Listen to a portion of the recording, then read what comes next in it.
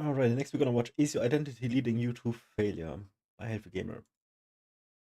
Right now, your life is dictated by your sense of who you are. We look around at our world and our brain automatically makes comparisons. As it makes these comparisons, it starts to damage our self-esteem because we are less than. Once we have a low self-esteem, this becomes a destiny, not a state of mind in this moment. This actually creates our future. Today, we're going to talk about why it's hard to develop confidence in the world that we live in, as well as how to develop confidence in the world that we live in. And it turns out that this actually comes down to a pretty simple solution, which many of y'all probably haven't tried. It's really easy. All you have to do is the impossible. And once you do the impossible, you will have a lot more self-esteem and confidence within yourself. So now this may sound kind of weird, right? So like, what is this guy talking about? So let's start by understanding a little bit about what keeps us from developing a good sense of self-esteem and confidence in ourselves. So we live in a world that is incredibly comparative, right? So the answer is like, oh, social media is rotting our brain. Like, yeah, like that's actually what's going on.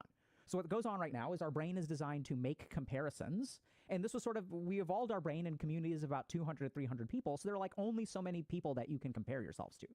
But now, because of the advent of social media, our mental social circle, we don't interact with these people, but like the basis of our comparison and what we should be striving to be has actually increased like way beyond even exponentially, right? It's like exponents of exponents. It's crazy. So now we have people telling us that we should be in shape, and this is what a 25-year-old should be able to do, and a different 25-year-old Everything has become should be able to faster, like be an entrepreneur, even the starting their goals. third business, and another 25-year-old should be like married and having kids, and another 25-year-old is like competing in the Olympics. And so we look around at our world, and our brain automatically makes comparisons. And as it makes these comparisons, it starts to damage our self-esteem because we are less than. Now, the problem with this is that once we have a low self-esteem, this becomes a destiny, not a state of mind in this moment. This actually creates our future. And there's a ton of science that supports this. So what we know is that once you develop a sense of identity, the sense of identity becomes a filter for the way that you see the world. So my favorite example of this was something that happened to me when I was 15 years old. So I was sitting in the library. Okay, I was gonna say I don't have a sense of identity, but I guess I do, right? It's just my sense of myself is low, very low esteem, right? In my school one day, and the super popular girl who's supposed to be the hottest girl in my class came and sat next to me. So there's a library table that has 4 chairs. I'm sitting in one chair. The other 3 chairs are empty. She comes and sits across from me, and I'm like, oh my God, what's happening? So me, having been bullied, right, and having low self-esteem and thinking to myself that I'm an ugly duckling and no one would ever be interested in me, I look at this girl and alarm bells go off. I'm like, what's going on? Like, is there some kind of trick? I start looking around. This is before the days that like cell phones were covertly recording everything, but I was like looking around. I was like, something weird is going on. And then she does something even weirder. She starts talking to me, and I'm like, what the hell is this? Like, what's going on? Why are you talking to me? What are you? And it turns out that in addition to being relatively physically attractive, I think part of the reason that she was so popular is because she was a genuinely nice human being. And in retrospect, what I think happened is she saw that there's like this kid who has no friends, and she was like, oh, like, let me learn, like, let me get to know this person, and like, let me be kind to another human being who seems alone. But because of my sense of identity, I'm shaping the actions of the world. I'm perceiving them in a different way. And that's what the sense of identity does, right? So when someone says, oh, hey, I got you a really nice gift, and you're like, why? Where's the other shoe? Like, what are you planning? Like, why did you get me a nice gift? Even simple things in life, like the kind gestures from strangers or someone giving you gifts. Hold on a moment. I'm gonna go for HD, but I wonder why do we lag right now?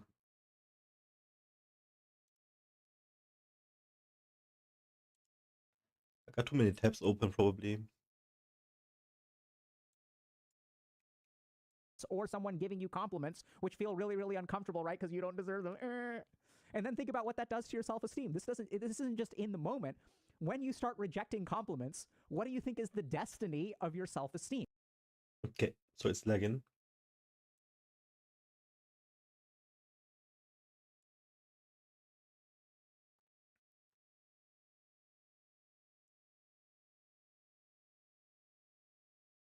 I'm gonna close a few tabs.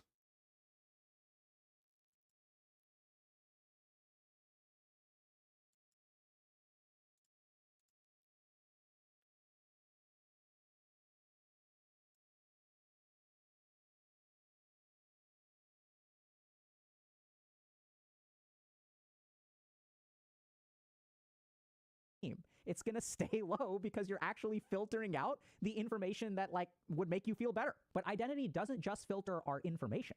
It also shapes our actions and our motivations. Identity shapes our internal reactions to things as well. I don't know why. Maybe it's the monitor, honestly. This is starting to dissolve. What well about as our 480? actions. When people hear that we offer coaching at HG, their first question is like, what on earth even is that? So here's the basic problem. When you struggle with something in your life, you don't see the problem from the outside. You see it from the inside. The value of a coach is that they can look at your life from the outside. They can understand what's... Yeah, it's still lagging. We're on 480.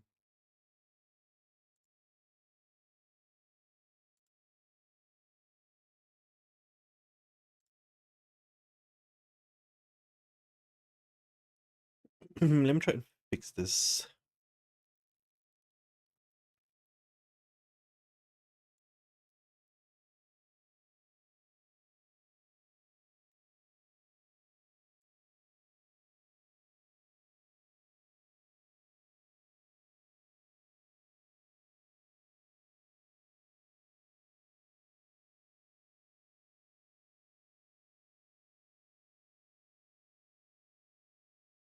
So I think the picture is much brighter.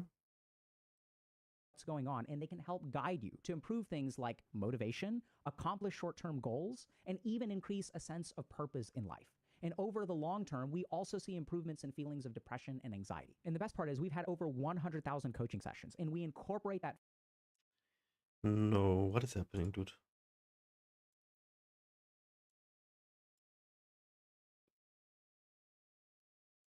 CPU, gucke ich mal. Wo sehe ich das? Bei View, Stats. Während das Video läuft, ja. Moment.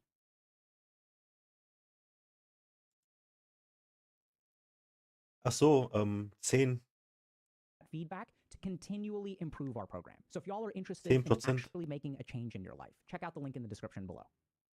So this is something also that I've seen so much with my patients, where I have so many patients who believe they can't do something, right? They'll say to themselves things like, oh, I'm not graceful, therefore I can't Siehst dance. du, I like das Or I wieder. have no rhythm, therefore I can't dance. I'm not an artistic person. Or all I am is a gamer, and this is what gamers do. And gamers don't do other things. Like gamers don't eat healthy, and gamers don't get in shape, and gamers don't learn how to have healthy relationships. Lol, meme videos and like Ich anime, droppe keine IRL kind of crap, right? Frames. Like this is the world that we live in, and we embrace this culture. And, like, I love that culture CPU too. usage The problem is that 10%, when you 11, have a certain 12. sense of identity, it will literally shape your actions. So if you believe that you are not a worthy person and you go into a date, what'll happen, and maybe y'all have had this experience either being this person or having been on a date with this person, where their self-esteem is so low that they're like nagging themselves throughout the date. And they're like, I don't even know why you even chose to date me. Like, I don't know why you're even here. Like, I don't know, like, you know, I'm confused. Like, I'm not worth your time. You're so amazing and I'm such a loser. And it's sort of like this weird first date that turns into like a pseudo therapy session where they're like throwing themselves a pity party.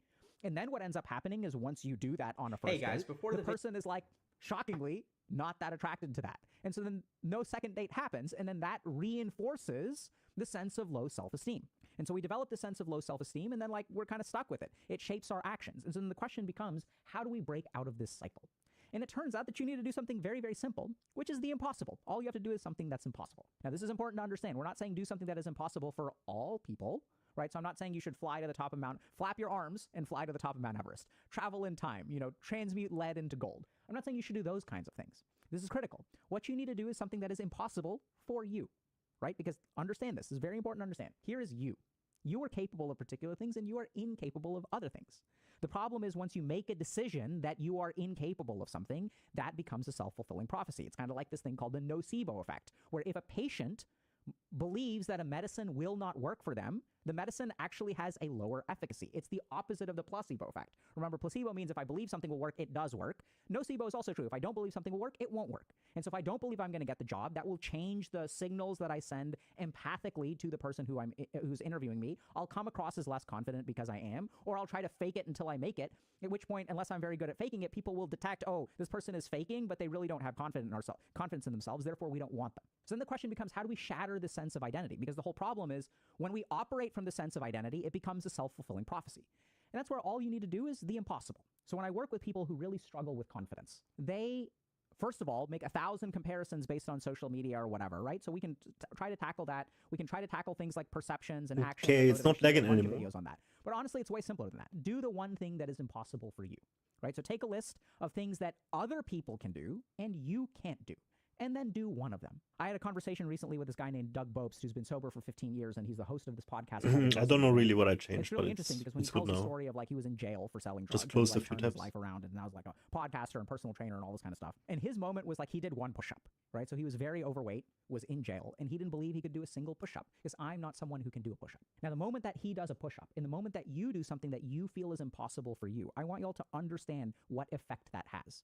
Because right now, your life is dictated by your sense of who you are. I can't get a girlfriend, I can't get a boyfriend, I can't become a millionaire, I'm a loser, I'm a gamer, or even I'm incapable of having friendships, I'm alexithymic, whatever it is. Some of y'all are super successful, some of y'all are less successful, but we're all constrained by our sense of self. And so how do we break this sense of self? We can't hypothetically work our way out of it, right? So this is where, I mean, I guess you sort of can, but generally speaking, this is the big problem that we have, is that when we struggle with something with self-esteem, we try to theory or craft our way out of it, right? We try to convince ourselves, and other people will support this. They'll be like, oh, like, use the power of positive thinking, like, believe in yourself, man. Stop believing what you're believing. You're so dumb, you idiot. Believe that you're smart, you dumbass, right? This is what people tell us.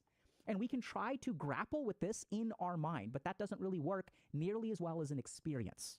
Because the moment that you do something that is impossible for you, your brain has this new variable in the equation of self-esteem. And this new variable means that all of the other variables change as well. Now that which you thought was impossible is now possible. And I want y'all to think about this for a second. Think about your life and think about what you want it to be. And think about how many of those things you don't have because you believe they're impossible. Right? And this is where everyone's like, oh, believe in yourself, man. Like, no, you can't believe in yourself because you believe that all of this stuff is impossible. This is the kind of stuff that other people can do, but you can't do. How do you change that? How do you realize that you are just like everyone else? Or more importantly, you aren't what you think you are? It's very simple. We have to give the brain experience. We have to give the brain data, not theory crafting. That's why we need to do something that is impossible for you, something that other people can do that you feel like you can't do. So what I would recommend is y'all make a list of 5 things that other people can do that you feel are impossible for you. Out of those 5 things, pick 2 as your primary options, and then pick a time and a date to actually do those things. And this is where, like, it can be small. It doesn't have to be big. It doesn't have to be like make $1 million. It can be something as simple as a push-up. And usually it starts, when I've worked with people, it usually starts something very small. It's like, I didn't believe I could do a push-up. I didn't believe I could ever ask someone out. I didn't believe, like, I could wake up at 6 a.m. and go to a 1-hour yoga class. That's what, like, healthy people do, but I can't do that. So take all of these statements in your mind where you say, I can't do this, and the rest of the world can engage in these solutions. Because I'm me, it's not going to work for me. Make a list of those beliefs, 5 of them. Take 2 of them. These are your primary 2, and then pick a time and a place where you are going to do that thing, and then do that thing. It's as simple as that. And this is important to understand, because the more complex you make it, the more that you will procrastinate. See, one time I was, when I was in residency, I had a medical student I was working with, and the medical student, was always late. And like the med student was like always late, and we're trying to figure out like, hey, like what's going on, right? So we can punish the student for it, but there's like psychiatry residency and there are other psychiatry rotations. So like we care about your feelings, right? Like we, not just whether you're late or not. It's like, oh, like how do you feel about being late? Like, oh, like let's talk about your feelings. We're fucking psychiatrists. The student comes in, I'm like, hey, like what's going on? Like is something challenging right now? Like you seem really engaged when you get here, and I've heard really good things about you. Like what's the difficulty? Because we want to be compassionate, not be compassionate and understanding. And the student came up with all these kinds of excuses. Oh, like this happened and my dog is sick, and then this happened, and then the train shut down, and then this happened, and this happened, and this happened. And so my bullshit meter is like rising. And then I sort of realized that like, oh, no wonder this person is always late, because there's all kinds of complex problems. And as long as there are 15 different things that are going wrong, there's not one thing that you need to do to fix it. So the more complexity there is, the more you don't have to fix it today, because you can't fix all these 15 things at once. That's impossible. What, you're expecting me to fix my dog's health and do this and fix like this public transport system in Boston all in one day? That is impossible. So the mind loves complexity, because when there is complexity, you have an excuse, not just one excuse, right? Because if there's one excuse, that's not really an excuse. If there's one excuse, you should be able to overcome it. So the mind is like, no big deal, brah. I got you. We're going to come up with a lot of complexity. We're going to give you 1,000 reasons why this won't work.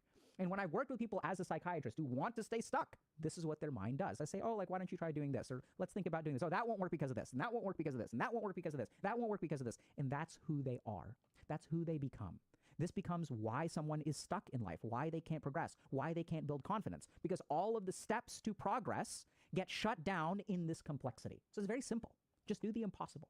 Take a couple of things that you can't do and try to do them, right? So be safe about it. Don't do anything like insane, like, oh, like I don't know how to free dive, right? So don't like go 60 feet underwater and hold your breath for 20 minutes. You'll die, so don't do that. But by all means, go to a free diving class, right? So start the process of whatever you want to do. And something cool will happen. So in my experience as a psychiatrist and the people that I've interviewed and worked with, changing your sense of self starts with shattering your perception of yourself. It's not about building something new. We got to break apart this pot before we reform it, right? If I'm playing with a bunch of Legos and they are in a particular configuration and I want to build them into a new configuration, what's the first step? You have to break yourself before you can remake yourself. And the simplest way to do that is to do something that's impossible. So pick 2 tasks, pick the time, the how, the where, the when, okay? Why can be important too, but we should really focus on the how, the where, the when. So I'm going to try this one at Wednesday morning at 9 a.m. I'm going to do this one Thursday at 2 p.m. Schedule it on your calendar and just do it. Make it small. Also bei mir ist es das Gleiche, denke ich. Und zwar, warte mal, wie sage ich das? Lassen wir ihn kurz Now, if ausreden. those first 2 things don't work, then you could go to numbers 3, 4, and 5, but let's start with 2 and pick the ones that you are the most likely to succeed in, which I know sounds kind of weird because they're all impossible, right? And this will be one major step in your ability to develop confidence, because this also helps you with all the social media crap, because the social media crap is about you relating to other people. It's the rest of the world telling you what you should do. And instead, you're going to be focusing on yourself, the targets that you set for yourself. And once you set a target for yourself instead of 1,000 different people telling you what you should do, and you do that thing, that will lead to confidence. And the more important thing is once you do something that you think is impossible, then it will change your perception of you. This is the crux of it. If this is impossible for me and I can do it, what else am I wrong about? Oh, I think I know What what's else doing the are lag. you wrong about? Hold on a second. It's This so changes weird. the whole dynamic because I was so When I sure have the that mouse I was in the window. incapable of doing this thing. What else could I be wrong about? And the moment you do that is the moment that you start putting together the pieces of your self-esteem and confidence. Okay, I understand what he's on about. I actually know I can do a lot of things, and if I have to pick anything that I think I can't do, I can't really even think of anything at the spot because I'm so much capable of so many things. But it's not about if I'm capable or not. It's about doing them in the first place. Do I even want to do them? It's about the want.